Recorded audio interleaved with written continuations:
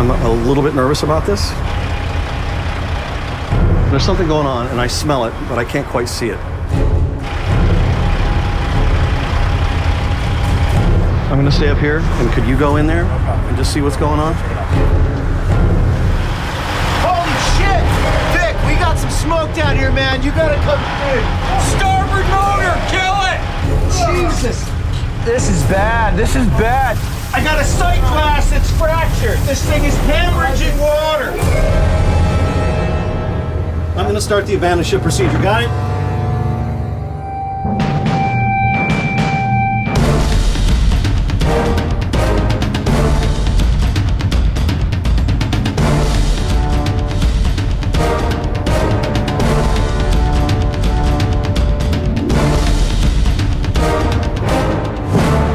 Gotta show you up. I know you hate that. The thing that I really hate is afterwards when you really suck, you wanna cuddle. You are my sunshine, my only sunshine. You make me happy when skies are gray. You'll never know, dear, how much I love you. Please don't take my sunshine away. Ta-da! I cannot believe I did that on tape. We're just waiting for the fun.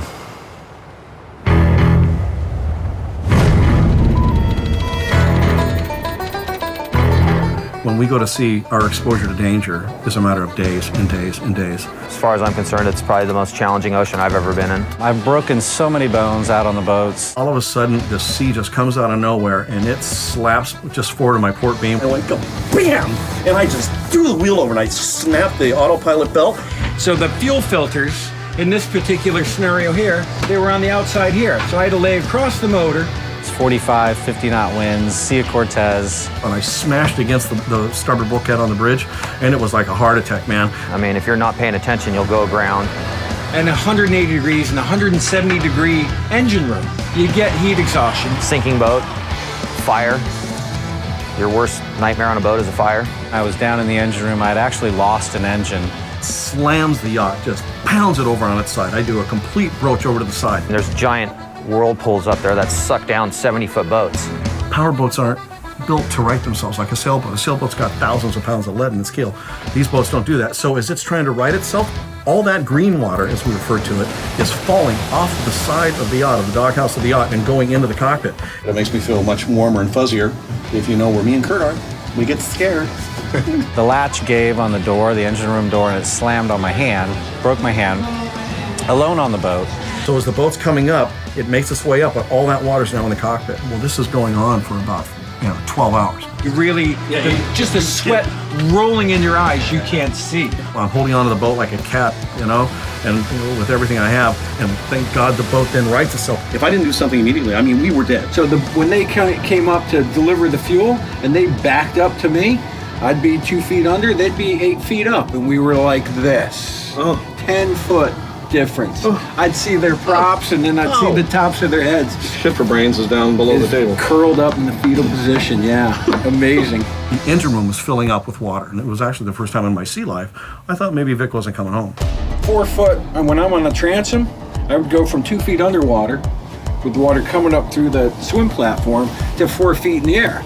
I had to use a dive mask in the engine room to dive down to get to where the pumps are to be able to figure out what's going on with the things, and luckily I was able to fix them. I'm just standing there, my heart's doing this, and I'm just watching this wall 50 feet high. And they got these 5-gallon jugs, I don't know what that is, 40 pounds, 45 pounds of sloppy diesel fuel, and they're trying to figure out how to time it to drop it off to me. We get a huge knockdown, and it smashes the boat, and I grab onto the coaming, she grabs onto the ladder, and the boat just completely goes over to the side, and she almost goes off into the ocean, and it comes back, and the boat comes flipping back up really fast, and she screamed her guts out. I'll never forget, I've never seen anybody do this in my life. It's almost how people react when they see me perform.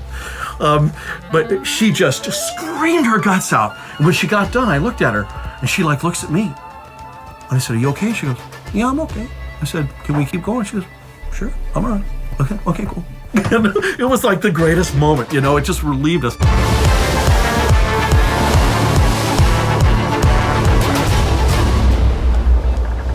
All right, get lively, ladies.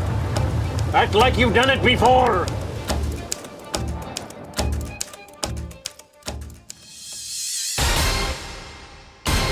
Bye-bye.